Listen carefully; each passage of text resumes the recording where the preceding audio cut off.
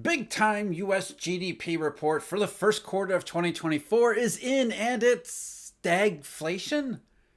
The growth rate was the weakest in 2 years, well below expectations, and one key reason why: prices rising rapidly all over again. Is this the stagflationary reappearance of the 1970s that many people have been warning us about? Well, no. We have irrefutable proof what's happening is nothing more than a temporary variation on the 2010s. Ironically, it's the energy sector which hands us this indisputable evidence for the silent depression, and why the silent depression is still here in 2024 and shows no signs of going anywhere before the rest of the 2020s. If anything, the prices that rose the most in Q1 are only going to further depress everything.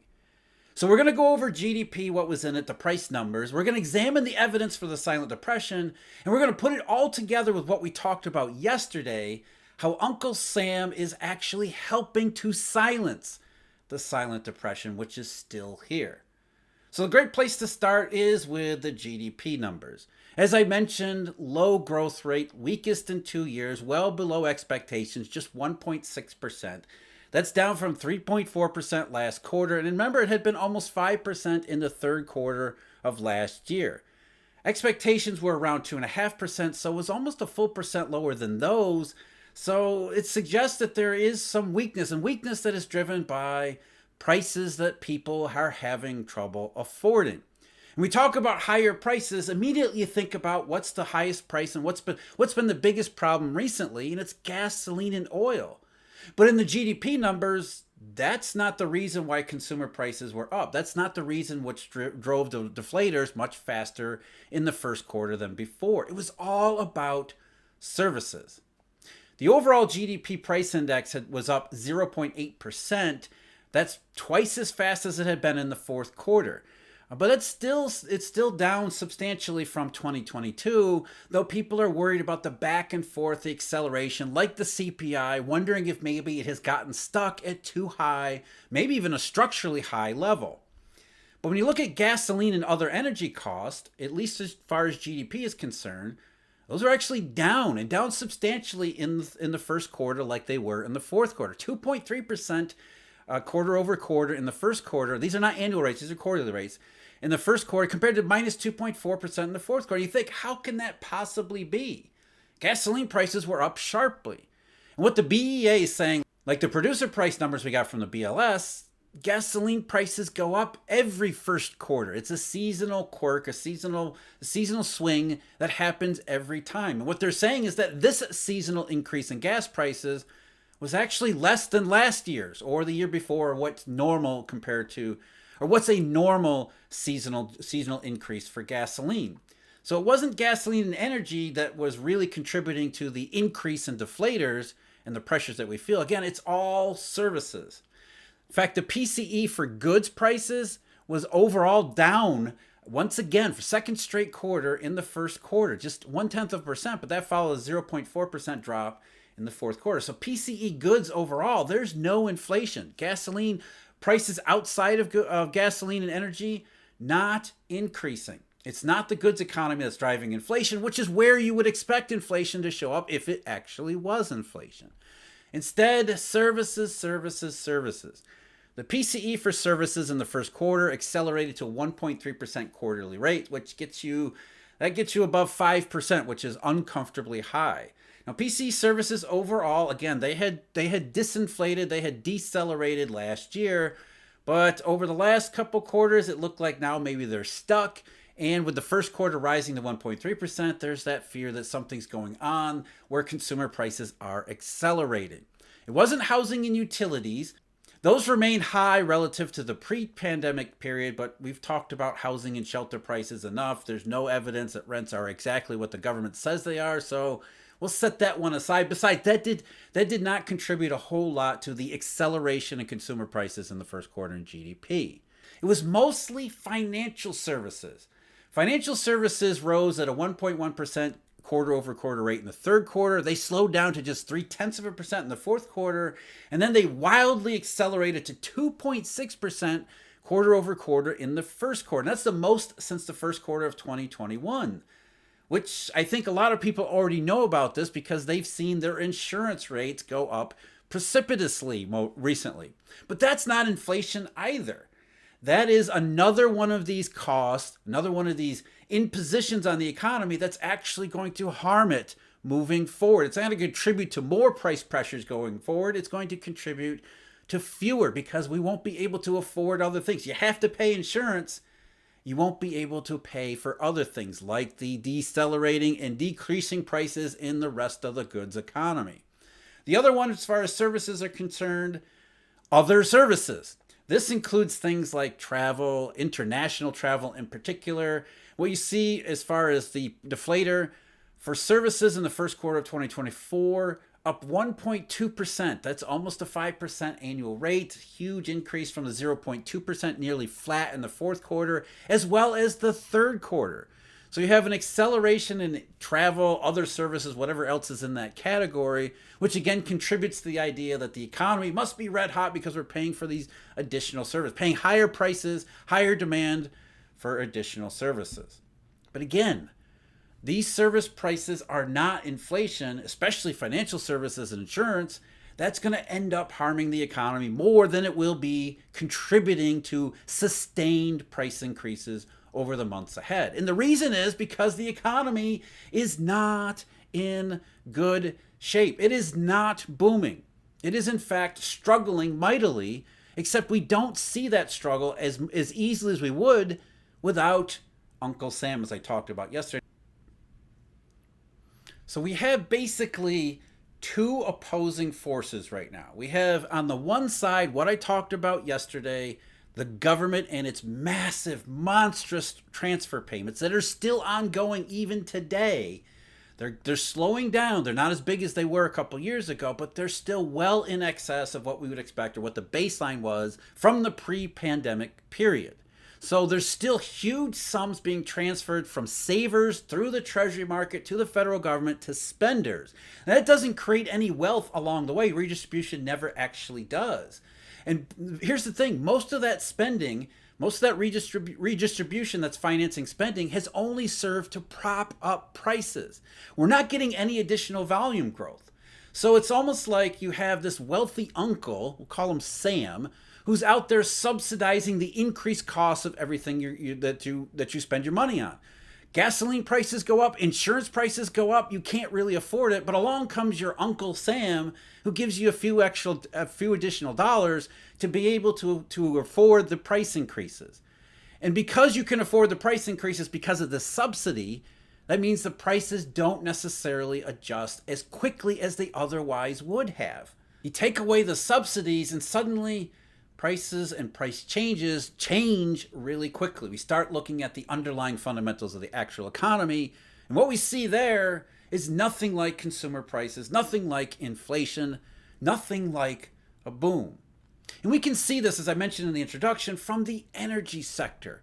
Because in a modern industrial economy, you can't get away from oil, energy, gasoline, those types of things. We need it. It's an essential ingredient in the modern world, which is one reason why people say higher oil costs must be inflationary, because you can't get away from oil costs and therefore they must be passed along through the economy, and that leads to inflationary consumer prices. But as we've seen time and again, higher oil costs don't necessarily get passed along through the economy. And in fact, in some cases when they do, in fact, most cases when they do, we end up paying higher oil costs at the expense of everything else. Because what it all comes down to is one simple fact, that the demand for energy is not driven by price. We are price inelastic to energy. Again, modern economy, as long as the economy is expanding, we're going to need more energy regardless of the price. If the price goes up for non-economic reasons because of things like supply or geopolitics, then we're going to pay that price and we'll figure out the economy will adjust. Because it's growing, it will be able to better adjust in other fashions. So if you see an economy growing, demand for oil and energy and gasoline are going to be growing too.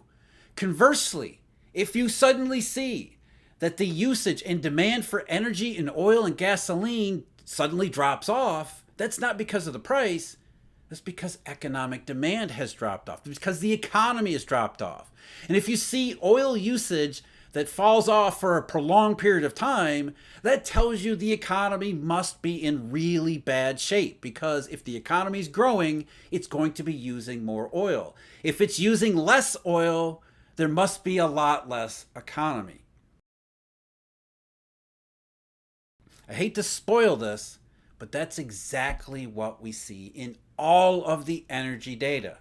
We'll start here with the oil petroleum supplied figures from the Energy Information Administration. And petroleum supplied is nothing more than a proxy for how much oil is actually used up in the domestic economy. So it's a very good proxy for demand. And it doesn't matter if it's exact. Again, we don't need to be exact or precise, because just roughly sketching out what we see in the figures, not only does it match what we see in other data, it actually tells us this very simple relationship. If the economy is growing, we're using more energy. If we're using less energy, the economy isn't growing. And sure enough, back to 2007 and 2008, suddenly we used much less energy. Not only just in 2008 during the great so-called recession, but also in the aftermath through the 2010s. We did not see a recovery in petroleum usage or gasoline usage. And you can argue that was about efficiency. Yes, we've increased the efficiency of, for example, cars and vehicles. We use less gasoline per mile. But essentially, that does not explain the entire variation. So either the US somehow figured out how to use energy far, far more efficiently right around 2007 and 2008, or the economy actually did stop growing in the same way it had before. It fell off and never came back. That would be a depression. And because nobody knows about this, nobody follows the statistics, everybody thinks QE fixed everything in 2009, it's a silent depression. But here we are with irrefutable proof from energy that it was exactly as I'm describing here. And we see this in GDP, we see this in all the rest of the statistics, and not just in the US, around the world. Trends changed, and not for the better, in 2007 and 2008. This is not some accident. It's not as if we harnessed the power of crashed UFOs to change the way we use power and generate power and do so far more efficiently. We supplemented what we were using before with alien technology. That didn't happen. And besides, it's not just in petroleum and gasoline. We can also see the same exact thing in the Federal Reserve statistics on industrial production, for utility output, electricity generation. For using less gasoline because there's more electric vehicles, then we would see a sharp increase in electricity output, which is not there. In fact, you can put the gasoline statistics up against the industrial production for utilities, and they match almost perfectly. I mean, just utility output alone, up only 3.2% since 2008. That was 16 plus years ago. In 16 years, U.S. utilities are only outputting 3% more on average than they were 16 years ago. That is depression. We're using less energy. We're using less oil. We're using less gasoline. And it all goes back to 2007 and 2008. Well, that would be one gigantic historical coincidence if it was for some other reason. So bringing this forward into the 2020s, what we see is too much that looks like the 2010s. So oil demand started to recover after the lockdowns, even though prices were rising, because the economy appeared to be recovering, at least starting toward recovery. Oil and gasoline demand and even utility demand started to pick up in 2021.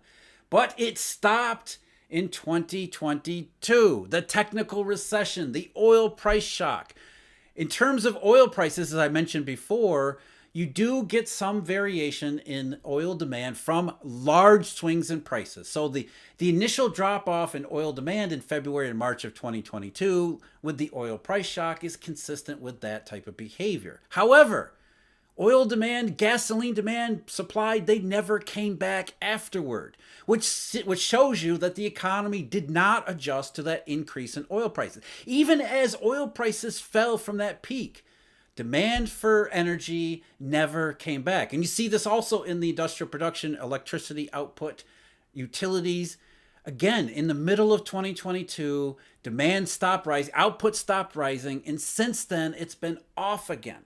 So we have a overall silent depression, the 2010 silent depression, that outside of the unique circumstances of the lockdowns and then the immediate aftermath, the response of the government to all of that, we're still seeing the 2010s, if not worse, in energy use. And you can't get away from it. It's not inflation.